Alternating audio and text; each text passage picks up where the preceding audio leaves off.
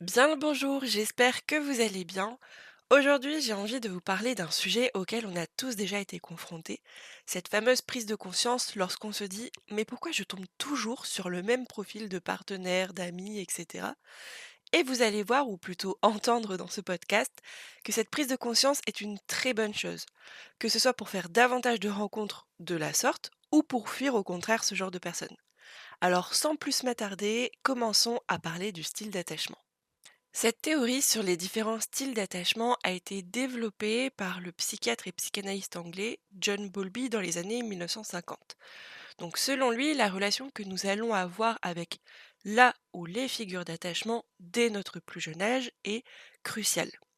Cette relation que l'on va avoir avec cette ou ces personnes va déterminer le schéma de nos comportements en grandissant.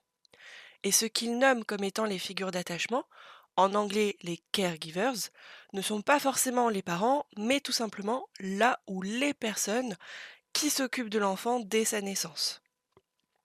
Donc il faut savoir qu'il a développé cette théorie dans un contexte d'après-guerre, et quand il s'est rendu dans des orphelinats, il s'est rendu compte des catastrophes que cela causait lorsqu'il pouvait y avoir un nombre important de personnes qui s'occupaient de soigner l'enfant et de lui apporter un cadre éducatif, mais qui ne prenait pas forcément le temps d'assurer son bien-être et son développement affectif.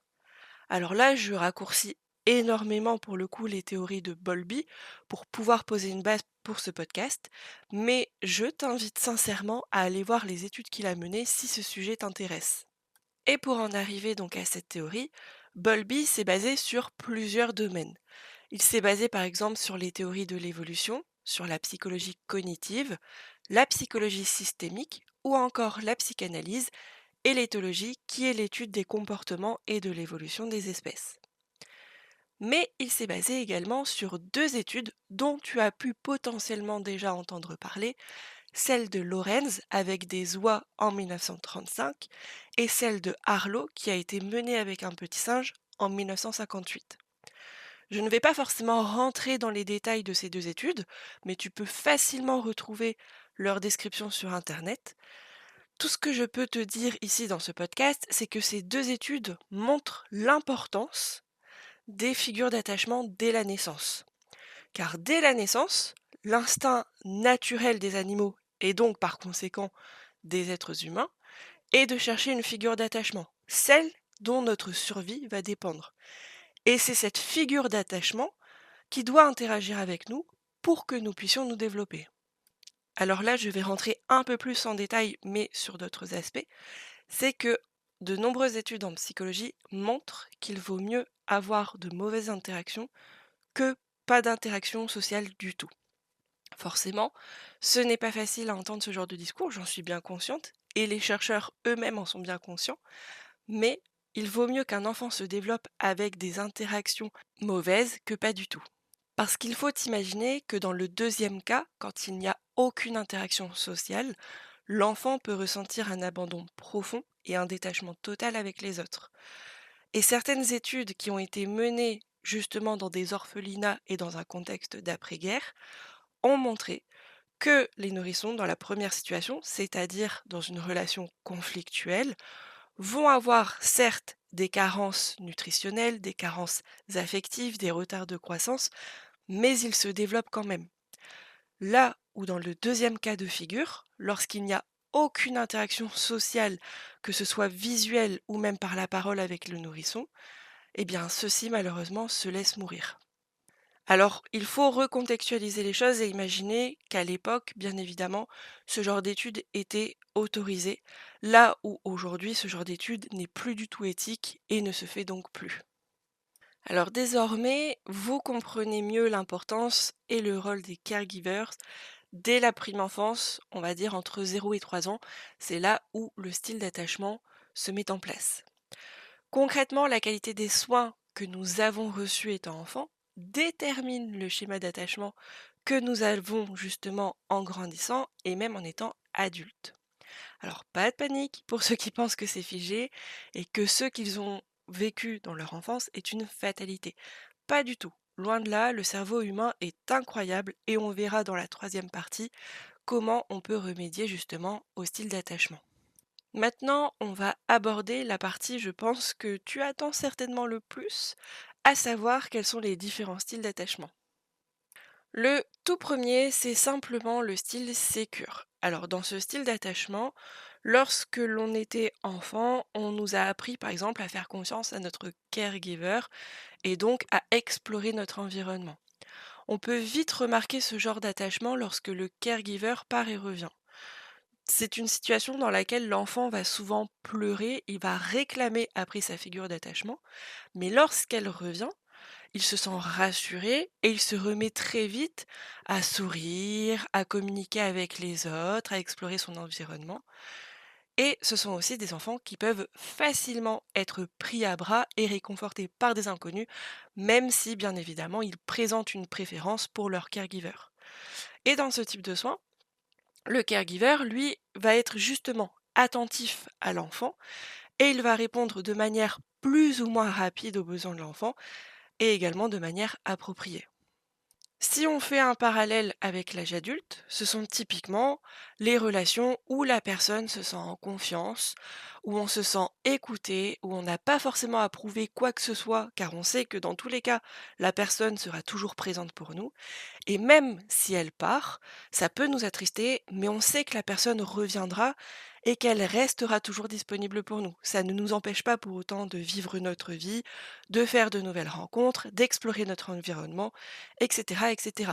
C'est vraiment une relation où la personne peut facilement s'épanouir et elle a totalement confiance, que ce soit en sa figure d'attachement une fois adulte ou en elle-même. Le deuxième style d'attachement est celui évitant. Donc à partir de ce style d'attachement, on rentre dans un process dit insécure. Là, les interactions, elles vont être peu affectives avec l'enfant. Elles sont en quelque sorte juste mécaniques. On va juste lui amener les soins de base, entre guillemets, les soins nécessaires. Quand le caregiver part et revient, il n'y a pas ou très peu de réaction de la part de l'enfant. Qu'il soit pris en charge concrètement par un inconnu ou par un caregiver, l'enfant ne fait aucune différence. Le caregiver, lui, interagit très peu, de manière affective avec l'enfant, et il ne répond pas forcément de manière cohérente à ses besoins. C'est pour ça que l'inconnu peut tout à fait répondre, entre guillemets, aux besoins de l'enfant autant que le caregiver. Une fois adulte, on peut observer ce style d'attachement dans les relations amoureuses où l'un des deux, par exemple, va être très indépendant. Il n'exprime pas le besoin d'être affectif, d'être attentionné envers l'autre, ni pour lui-même. Il pourrait être en relation amoureuse avec n'importe qui, qu'il aurait le même comportement. Alors attention, quand je dis il, je ne parle pas forcément des hommes, il faut plutôt entendre il ici comme l'individu, parce qu'on peut très bien avoir ce profil, qu'on soit un homme ou une femme. Le troisième style d'attachement, c'est le style anxieux ambivalent. Concrètement, ce sont des enfants qui vont chercher le contact avec le caregiver, mais une fois qu'ils l'ont, ils le repoussent.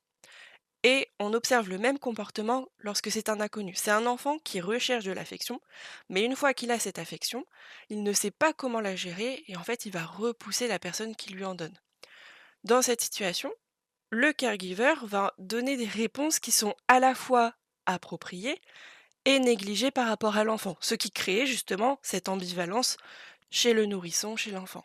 Et alors là, je pense que vous avez tous en tête l'exemple d'une personne adulte qui exprime ce genre de comportement parce qu'on va retrouver ce fameux fuis-moi je te suis-moi je te fuis.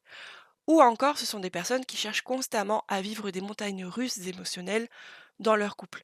Il faut en quelque sorte qu'il y ait toujours des moments parfaits et des moments de drama. Et là, je vais vous donner un peu une anecdote personnelle du coup.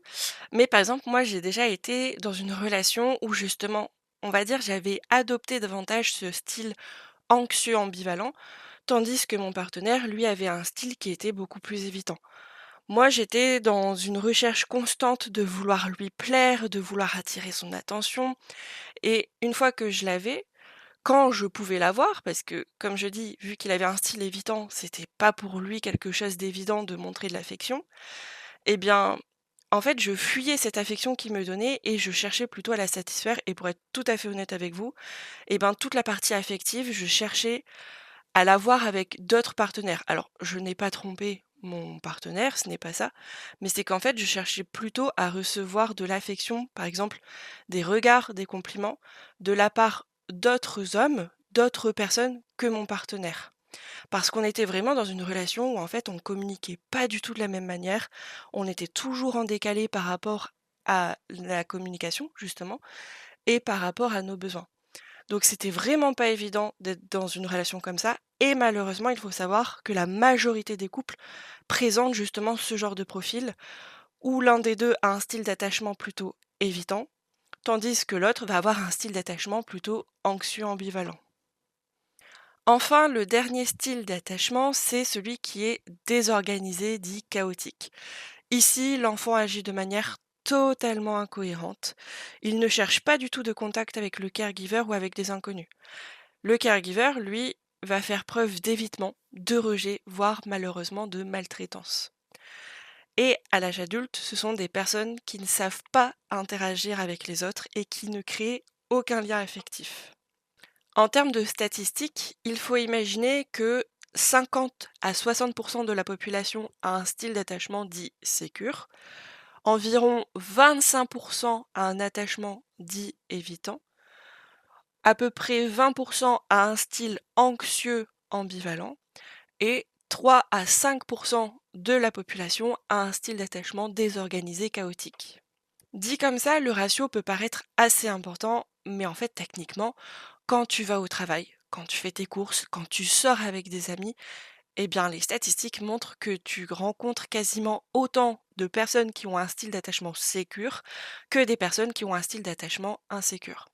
Alors là, le but de mes propos, c'est pas du tout de te faire peur, mais une nouvelle fois, c'est surtout pour te faire comprendre l'intérêt de connaître les différents profils pour savoir comment interagir avec ce style d'attachement-là, par exemple en particulier, et en même temps pour savoir comment ces personnes ont besoin de répondre à leurs besoins.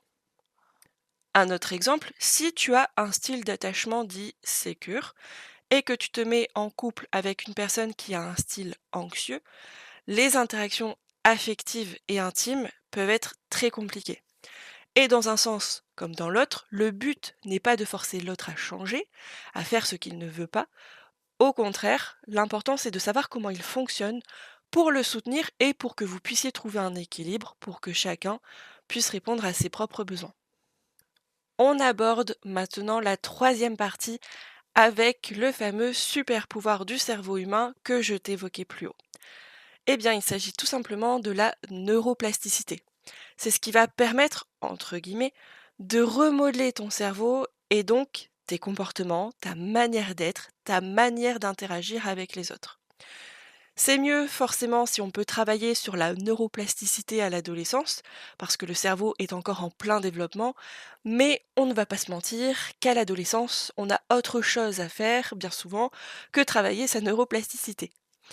Donc, c'est quelque chose que je t'invite à faire maintenant si tu es adulte, si tu as envie de travailler sur toi, parce que certes, le style d'attachement apparaît durant notre prime enfance, mais c'est quelque chose qui peut être modifié tout au long de notre vie. Il n'est pas du tout figé et c'est pour ça aussi que tu peux avoir cette sensation, cette impression de te dire, bah, à un moment donné de ma vie, j'ai l'impression d'avoir agi selon ce style d'attachement et au contraire, à un autre moment, j'ai l'impression d'avoir plutôt été dans ce style d'attachement en particulier. Alors pour travailler ta neuroplasticité, voici les quelques astuces que je te donne. La première, ça va être la prise de conscience de ton comportement, de tes manières d'interagir avec les autres et j'insiste sur le fait que ça doit être sur ta personne. Parce que souvent, on ne va pas se mentir une nouvelle fois, on a tendance à vouloir faire changer les autres sans se dire que nous-mêmes, on peut changer. C'est peut-être violent ce que je vais dire, mais le problème ne vient pas toujours des autres. Donc, il faut aussi savoir s'analyser et se remettre en question si nécessaire. Donc, dans tes interactions, essaye d'identifier ta manière de réagir. Ah, tiens, quand mon partenaire cherche à avoir des relations intimes, je me sens anxieux ou anxieuse. Si mon ou ma partenaire me propose des soirées romantiques, je préfère rester seule dans ma bulle parce qu'on passe déjà tout notre temps ensemble, etc., etc. Vraiment, mets des mots sur ce que tu ressens, sur ce dont tu as besoin, et tu vas voir, comme on dit en thérapie, c'est super important de pouvoir poser des mots MOTS, sur nos mots MAUX, sur ce qui se passe dans notre tête. Ça permet de prendre du recul par rapport à la situation et de savoir un petit peu mieux s'analyser. Après, je suis bien consciente, et les psychologues sont également bien conscients, que chacun se développe et évolue à un rythme différent. Donc il n'y a aucun impératif à se dire il faut absolument que je puisse mettre des mots sur ce que je ressens. Non.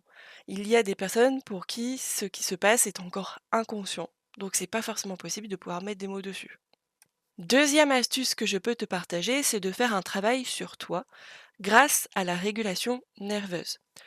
Ce travail consiste tout simplement, et je mets de grosses guillemets sur simplement, de ne pas réagir tout de suite à une demande sociale.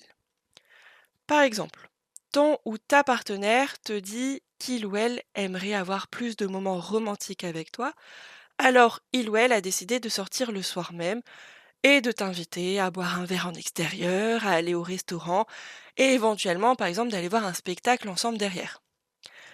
Sauf que si tu es une personne qui a un style d'attachement anxieux ambivalent, par exemple, tu peux potentiellement te sentir pris ou prise de court et te dire que clairement, bah, l'intimité en public, c'est pas du tout quelque chose que tu aimes, que tu apprécies, donc c'est hors de question pour toi.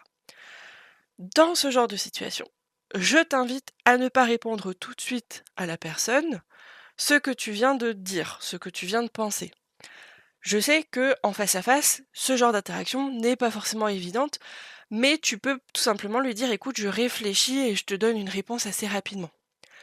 Au contraire, tu vas laisser passer quelques minutes, tu vas redescendre en pression et tu lui demandes plutôt est-ce qu'il n'y aurait pas possibilité de passer du temps ensemble, mais en faisant plutôt un dîner romantique et en regardant un film à la maison.